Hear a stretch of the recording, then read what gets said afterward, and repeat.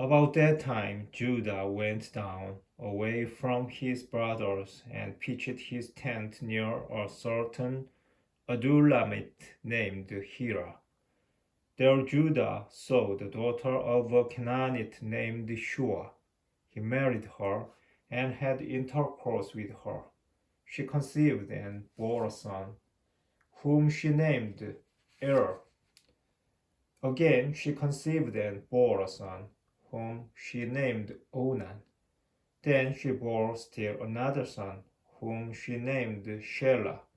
She was in Kejib when she bore him.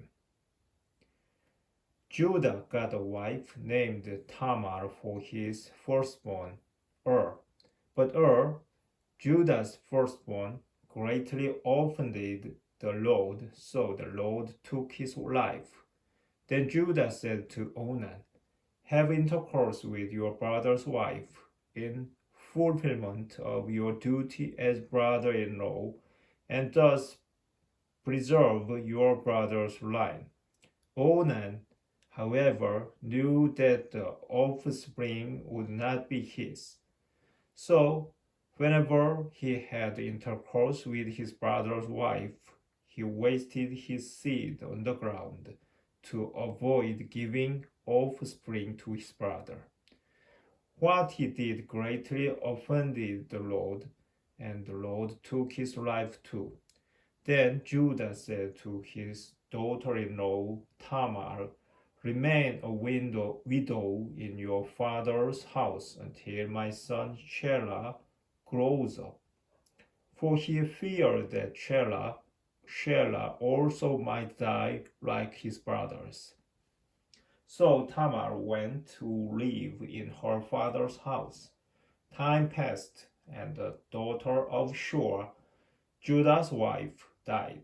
After Judah completed the period of mourning, he went up to Timnah to those who were shearing his sheep, in company with his friend Hira the Adulamites.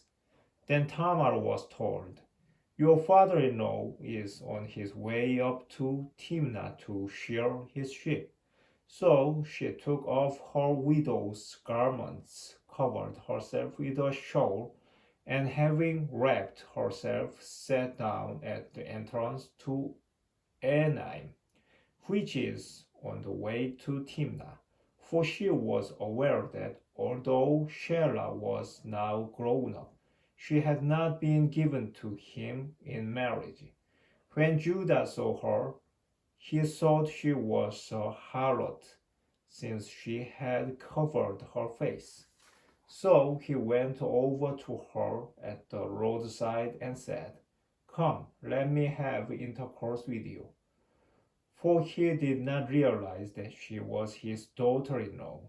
She replied, what will you pay me for letting you have intercourse with me? He answered, I will send you a young goat from the flock. Very well, she said, provided you leave me a pledge until you send it. Judah asked, what pledge should I leave you? She answered, your seal and cord, and the staff in your hand. So he gave them to her and had intercourse with her, and she conceived by him. After she got up and went away, she took off her shawl and put on her widow's garment again. Judah sent the young goat by his friend the Adullamite to recover the pledge from the woman. But he did not find her, so he asked the men of that place, where is the prostitute, the one by the roadside in Enaim? But they answered, no prostitute has been here. He went back to Judah and told him, I did not find her. And besides, the men of the place said, no prostitute has been here. Let her keep the things. Judah replied, otherwise we will become a laughingstock. After all, I did send her this young goat, but you did not find her.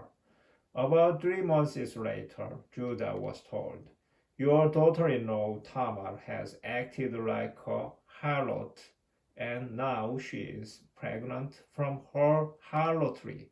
Judah said, bring her out, let her be burned. But as she was being brought out, she sent word to her father-in-law, it is by the man to whom these things belong that I am pregnant. Then she said, see whose seal and cord and staff these are. Judah recognized them and said, she is in the right rather than I, since I did not give her to my son Shelah. He had no further sexual relations with her. When the time of her delivery came, there were twins in her womb. While she was giving birth, one put out his hand, and the midwife took and tied a crimson thread on his hand, nothing. This one came out first, but as he withdrew his hand, his brother came out, and she said, what a breach you have made for yourself. So he was called Perez. Afterward, his brother, who had the crimson thread on his hand, came out. He was called Jerah.